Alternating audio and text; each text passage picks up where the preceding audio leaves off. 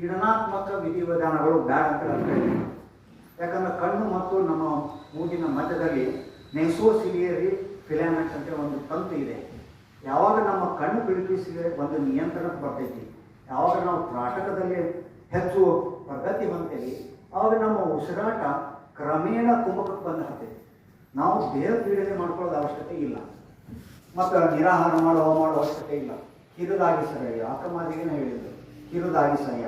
ಇವತ್ತಿನ ಡಯಾಬಿಟಿಸ್ ಸೆಂಟ್ರಿಗೆ ಹೋದ್ರೆ ಅಲ್ಲಿಯ ಡಯಟಿಷಿಯನ್ ಏನು ಹಾಕ, ಒಮ್ಮೆ ಭಾಳ ತಿನ್ಬೇಡ್ರಿ, 3 ಸಲ ಭಾಳ ಉಣ್ಬೇಡ್ರಿ, 2-3 ತಾಸಿಗೆ ಒಂದು ಇಷ್ಟಿಟ್ಟು ತೊಗೊಂಡು ಹೋಗ್ಬೇಕು. ಕಿರಿದಾಗಿ ಸರಯ್ಯ ಆಹಾರವ. ಇದನ್ನು ಅವ್ರು ಹೇಳಿದ್ರು, ಅವ್ರಿಗೆ ಫೀಸ್ ಕೊಡಲಿಲ್ಲ ಶರಣರಿಗೆ. ಈಗ ನಾವು ಫೀಸ್ ಕೊಟ್ಟರೆ ಅದು ಮಹತ್ವ ತಿಳಿತೈತಿ. ಎಂಡೋಕ್ರೈನಾಲಜಿಸ್ಟ್ ಅಂತೇಳಿ ಇವತ್ತಿಗೆ ಪ್ರಸಿದ್ಧ ಆದರು, ಪ್ರಚಲಿತ ಬರಕತ್ತಾರ. ಈ ಎಂಡೋಕ್ರೈನಾಲಜಿಸ್ಟ್ ಅಂದ್ರೆ ಬಸವಣ್ಣನವರು ಉಳಿದ ಶರಣರೇ. ಅದು ಅವತ್ತೇ ನಮ್ಗೆ ಹೇಳಿದ್ದಿದೆ.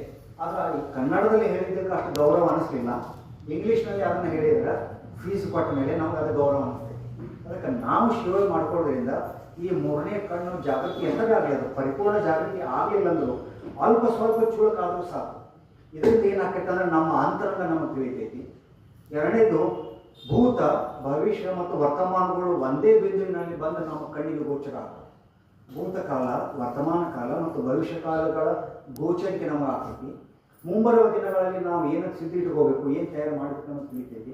ಉದಾಹರಣೆಗೆ ಶರಣೆಯರು 12ನೇ ಶತಮಾನದಲ್ಲಿ ಕೆಲವು ವಚನಗಳನ್ನು ಬರೆದರು. ಶ್ರೀಗಳ ಒಂದು ಕಾಲಪ್ರವಾಹ ಅನ್ನುವಂಥ ಒಂದು ಪುಸ್ತಕ. ಕಾಲಪ್ರವಾಹ ಅದರಲ್ಲಿ 9 ವಚನಗಳನ್ನು ವಿಶ್ಲೇಷಣೆ ಮಾಡ್ಯಾರ ನೀನಾಂಬಿಕೆ ದೇವಿ ಮತ್ತು ಕಲ್ಯಾಣಮ್ಮನವರು. ಅಲ್ಲಿ ಒಂದು 2 ವಚನಗಳನ್ನು ಉದಾಹರಣೆ ತಗೋತೀನಿ. ಅಂದ್ರೆ ಪೀನಿಯಲ್ ಗ್ರಂಥಿಯ ಜಾಗೃತಿ ಎಂಬುದು ಕಟ್ಟುಕತೆ ಅಲ್ಲ, ಇದೊಂದು ಪೌರಾಣಿಕ ವಿಷಯ. ನೀವು ಸುಮ್ಮನೆ ಪರಂಪರೆ ಅಂತ ಮಾಡ್ಕೊಂಡು ಬಂದಿರಿ ಅಂತಲ್ಲ, ಅದು ಅತಿ ವೈಜ್ಞಾನಿಕ ವಿಷಯ ಅಂತೆ. ಒಂದು ವಚನದ 2-3 ವಚನದ ಶಬ್ದಗಳನ್ನು ತಗೋತೀನಿ. ಹಿಂದೆ 10 ಮುಂದೆ 11. ಚಂದ್ರನ ಗುಡಿ ಕಟ್ಟಿದ ದಿನ, ಅಮಾವಾಸ್ಯೆ ಹುಣ್ಣಿಮೆಗಳು ಒಂದಾದ ದಿನ, ಸೂರ್ಯಚಂದ್ರರಿಗೆ ಗ್ರಹಣವಾದ ದಿನ, ಕನಕ ಧ್ವಜ ಹಿಡಿದು ಚನ್ನಬಸವನು ಉದಯಿಸುವನು ಅಂತೇಳಿ 2 ವಚನಗಳ ಸಾರಾಂಶ. 2 ವಚನಗಳು ಕೂಡ ಒಮ್ಮೆ ತಗೊಂಡೆ. ಹಿಂದೆ 10 ಮುಂದೆ 11 ಅಂದರೆ ಏನು ಅನ್ನೋ ಪ್ರಶ್ನೆ. ಇದು 12ನೇ ಶತಮಾನದಲ್ಲಿ ಬರೆದದ್ದು. 20ನೇ ಶತಮಾನಕ್ಕೆ ಅವ್ರು ಏನು ಕಂಡ್ರು ಅದನ್ನು ಹಾಡಿದರು, ಮತ್ತು ಆ ವಚನಗಳ ಇಂಟರ್ಪ್ರಿಟೇಷನ್ ಏನು ಆಗಬೇಕು ಇದು ನಮ್ಗೆ ತಿಳಿತೈತಿ. ಹಿಂದೆ 10 ಮುಂದೆ 11 ಅಂದ್ರೆ 1947, 1 9 10, 4 7 47 11. ಚಂದ್ರನ ಗುಡಿ ಕಟ್ಟಿ ಅಂದ್ರೆ ಪಾಕಿಸ್ತಾನದ ಧ್ವಜದ ಮೇಲೆ ಚಂದ್ರನ ಗುರುತಿದೆ. ಮೊದಲು ಅದನ್ನು ಕಟ್ಟಿದ್ರು, ಆಮೇಲೆ ಭಾರತಕ್ಕೂ ಸ್ವಾತಂತ್ರ್ಯ ಸಿಕ್ಕಿತು. ಬ್ರಿಟಿಷರು ಹಂಗೆ ಪಣಾಣ ಕೊಟ್ಟಿದ್ರು. ಮೊದಲು ಪಾಕಿಸ್ತಾನ ಹೊಡೆದ ಇವರಿಗೆ ಸ್ವಾತಂತ್ರ್ಯ ಪಡೆದಿಲ್ಲ ಅಂದ್ರೆ ಇಡೀ ಜಗತ್ತ ಆಳ್ತಾರೆ. ಅದು ಶರಣರ ಅವತ್ತ ಕಂಡುಕೊಂಡು ಹೇಳಿದೆ. ಹುಣ್ಣಿಮೆ ಅಮಾವಾಸ್ಯೆಗಳು ಒಂದಾದ ದಿನ ಅಂತ ಮತ್ತೊಂದು ಬಂತು ಶಬ್ದ. ಅವತ್ತು ನಾಗರ ಅಮಾವಾಸ್ಯೆ ಇತ್ತು, ಅಂದ್ರೆ ಆಗಸ್ಟ್ 14 ರಾತ್ರಿ. ಆದರೆ ಶರಣರಿಗೆ ಈ ಭೌಗೋಳಿಕ ಅಮಾವಾಸ್ಯೆ ಹುಣ್ಣಿಮೆಗಳಲ್ಲಿ ಹೆಚ್ಚು ಲಕ್ಷ್ಯ ಇಲ್ಲ.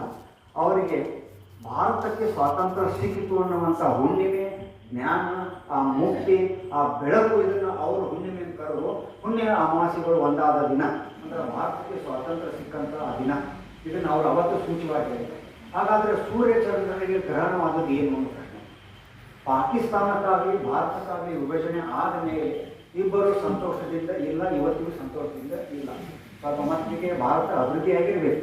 ಆದರೆ ಇಬ್ಬರಿಗೂ ಕೊನೆಯ ಸುಲಿಗೆ ಅತ್ಯಾಚಾರ ಆದಂಥ ಅರರ್ಥಪಾತವಾದಂಥ ಗ್ರಹಣ ಆಯಿತು.